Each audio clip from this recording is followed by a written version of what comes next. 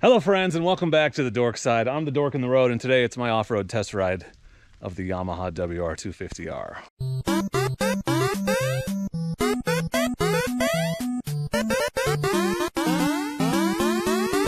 I'm the Dork in the Road, and I want to be your internet riding buddy, so please consider subscribing. Our pal Duck Fan was generous enough to loan me his WR250R, a bike that I get questions about all the time, a bike that I've always wanted to ride and really put to the test off-road. And if I'm being honest, a bike that intimidated me when I first started riding. I didn't even consider it because the seat height is so high.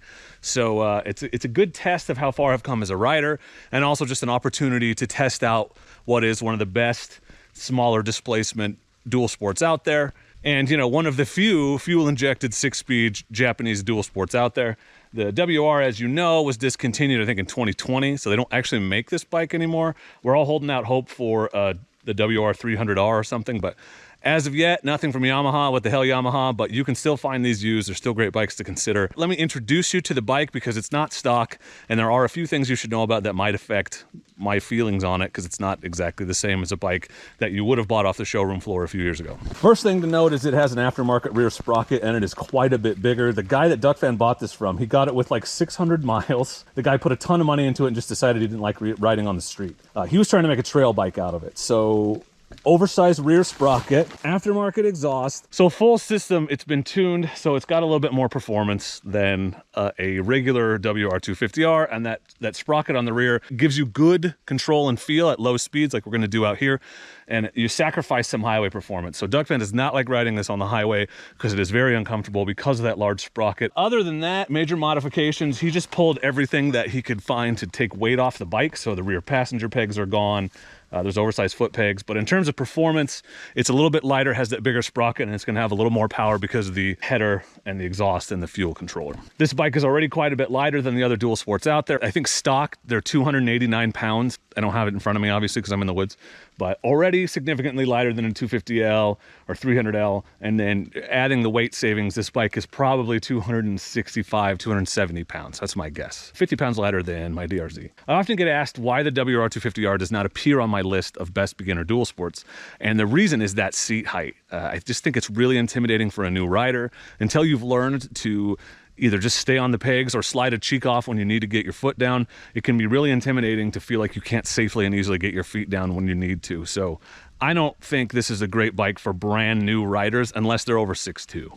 If you're 6'2", then you probably are fine. You're not going to notice a difference. But if you're not, then you need to probably get some more experience before you jump on a bike like this. I think it's a great second dual sport. I don't know how I feel about it as a first motorcycle. Anyway, that's enough talking. The weather's not fabulous, but it's okay. It's starting to clear up some, so I'm gonna get the rest of my gear on, and we're gonna go ride this baby, hit some trails, some gravel roads, and just have a hell of a time.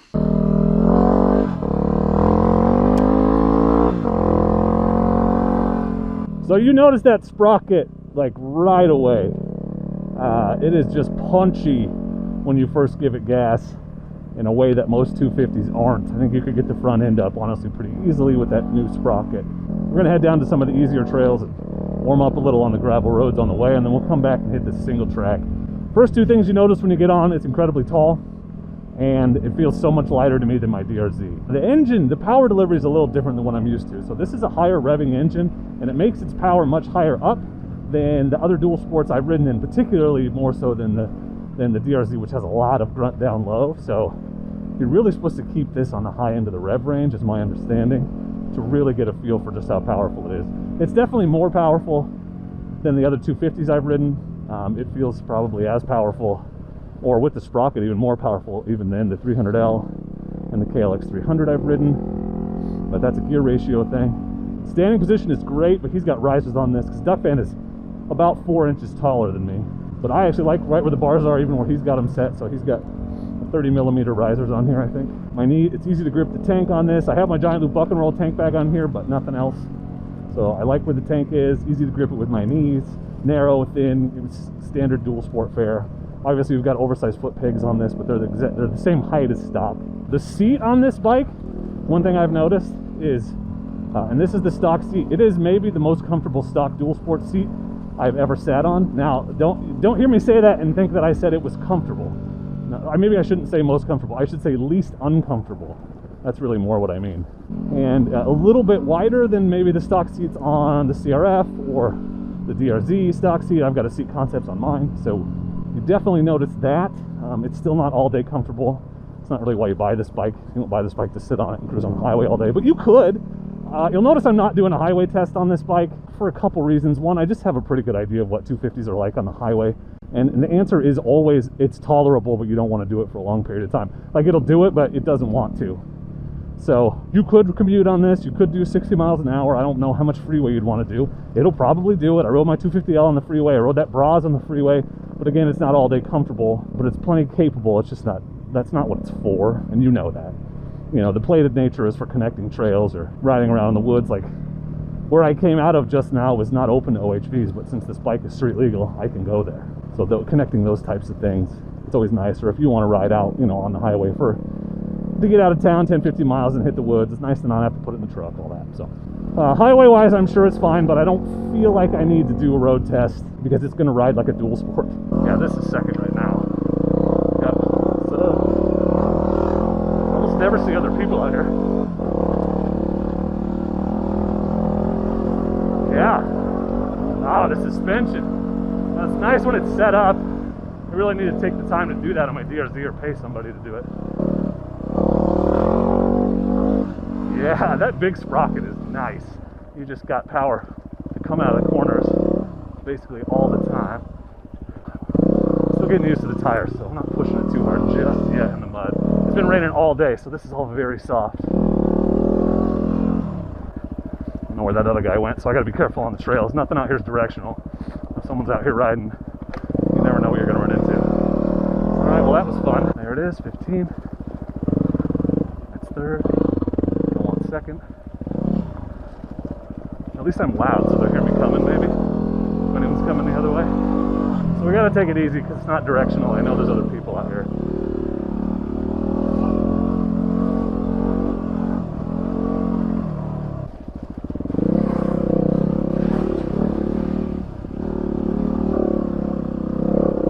Oh yeah, this thing is very confidence inspiring. Clutch is smooth, 2-finger in it.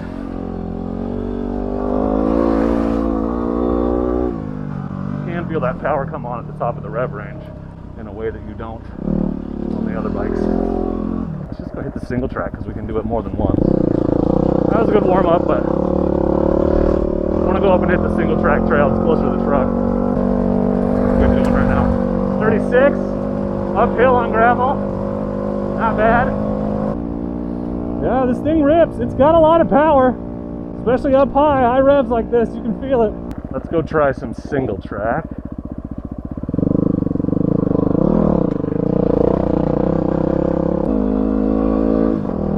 Pretty easy to shift standing up, even in my motocross boots. Oh, it's soupy up here. I don't like that gear. There we go. Oh, too much. Third gear it is.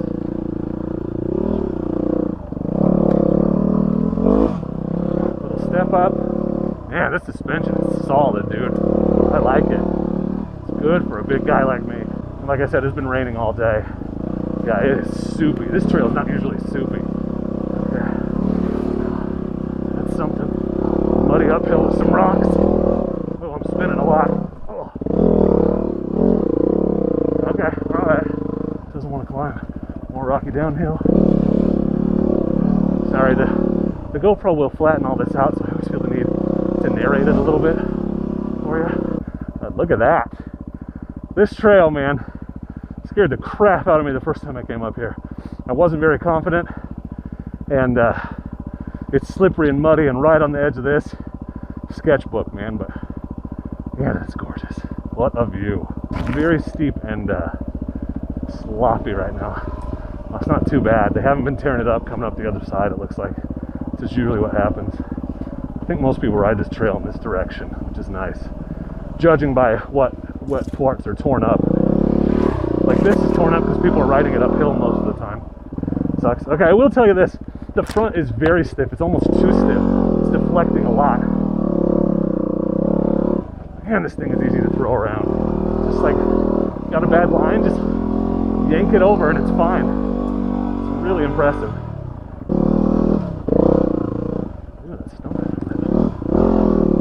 down tree was in a bad spot. Had to kind of dodge around it. Like let the bike go under it and lean out away from it. There's that low bridge still here. Not getting through there on a quad. Yeah, being able to shift standing up is nice. Oh, that's low. Ow! Did you hear that? I couldn't even get under it, duck down. And just for those of you that aren't familiar with what it's like here in the B&W, I just want you to see, this is decaying fir needles mixed with mud and water. And you can see my tire tracks, these are fresh. It is just soupy and goopy and slippery as all hell. It's not just mud and it's not just fir needles, it's layers of garbage. So traction is always iffy, but you gotta learn to ride this stuff if you're gonna ride in the B&W, because we have sections like this year round. It's just literally everywhere in the winter and spring. It's barely spring right now. Anyway, back up to single track. Up hills like this. Yeah. Try not to slide too much. You don't want to tear these trails to hell, but if you don't keep going, it's bad in the right gear or not. Ooh, that was a deflection. Almost deflected me off the bike. That's the spot where I got stuck sideways on the trail riding with Nathan. Get forward, get forward. There you go.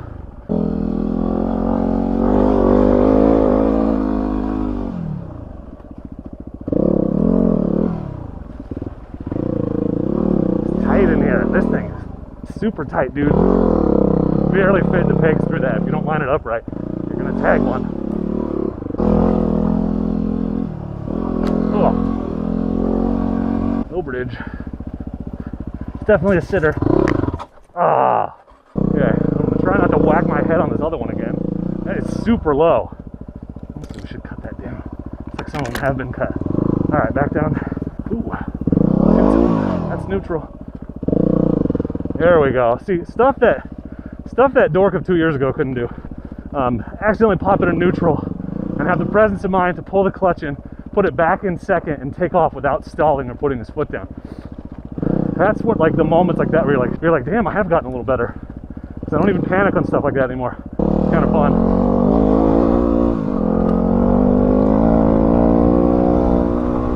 I'll tell you, this thing rips. It rips. It is fun to ride. Good. Oh, right over the top of that stuff. That's always good.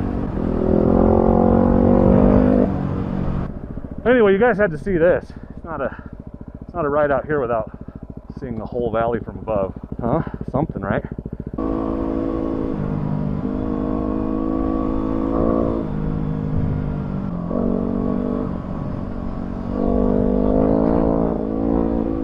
Oh, this thing is confidence inspiring as hell.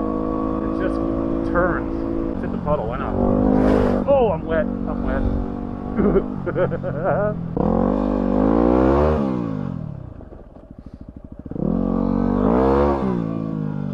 It'll lift the front a little. Oh yeah, it will. That's decent little power. That sprocket, man. That's cool. The wheelie's easy.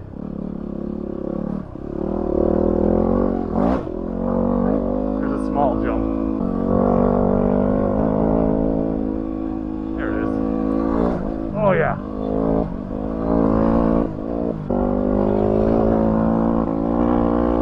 Boy, this thing is just like, rev it, rip it, spin that tire. It loves it.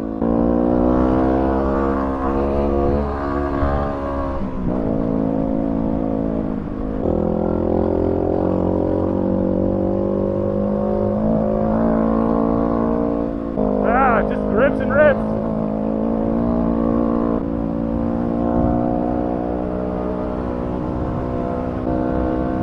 Trail bike. 46. Hit these puddles. Mud puddles. Right over the top. Oh my God. It's a little muddy. There's no rear fender, so yeah. She's a little muddy. Sorry, Duck fan. Well, that was fun. So final thoughts after an extended off-road test ride on the WR250R.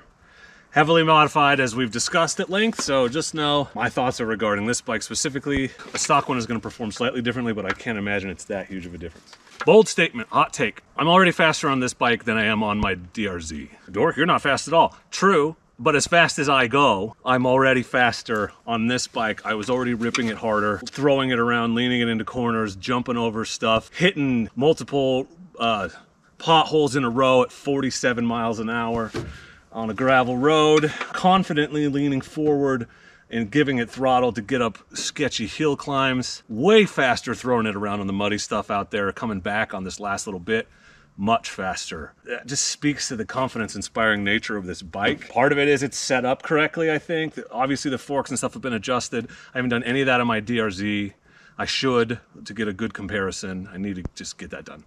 But this bike is lighter. It's just as fast up to a point, and then it runs out of power where the DRZ does not. With the bigger sprocket, you can wheelie it just as easy. You can do burnouts just as easily. And it is so much lighter and easier to throw around on the trails. On that single track trail, I was just going faster and faster, really getting up into the muddy corners and kind of feeling it.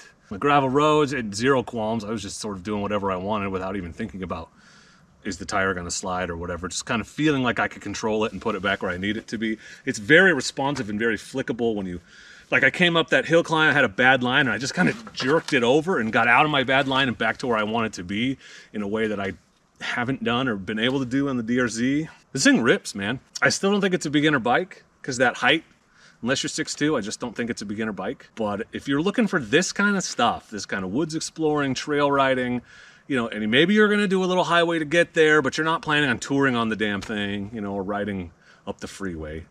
It's hard to go wrong with this, especially when you can get them cheap, used. There's a huge aftermarket and a big community. Second hot take of the day, I think I would rather have this than the CRF 300L. Unless I was gonna ride the highway a lot, I think I'd rather have this bike. I'm debating whether I'd rather have this bike than my DRZ for this type of riding, which is what I do 90% of the time on my DRZ. Glowing review, I tend to just like everything I ride. If you guys noticed that, I very rarely give a bike like a crappy review.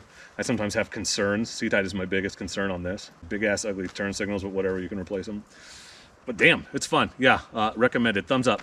WR250R, fun bike to ride, throw around and do dumb stuff on. I don't want to give it back. If you have any questions about the WR that I can answer, or you want to share your experience with the WR, please feel free to leave them in the comments. I want to thank all of you that have clicked on my affiliate links to Rocky Mountain ATV, Amazon, Revzilla, and Motocamp Nerd. Use those links to buy stuff you're already buying. I get a little commission, and it doesn't cost you any extra, and you help support me, my family, and my ability to keep making videos like this, and hopefully help you make informed purchases, or at least, you know, think about things that you might want to try or use, give you a second opinion. So that's sort of my mission. I always want to inspire, educate, and empower people to get out and have adventures of their own. And I think doing bike reviews and test rides like this is a good way to do that. So thank you for supporting me in that work and that mission. That was cheesy, but it is sort of my mission. Anyway, I'm going to load this bike back up. I got to get home. It's dinner time. I got to give it back to Duck Fan at some point, although like I said, I don't want to. Thank you very much for watching. I appreciate you, and please do not forget to be excellent to each other. Thank you. Excellent!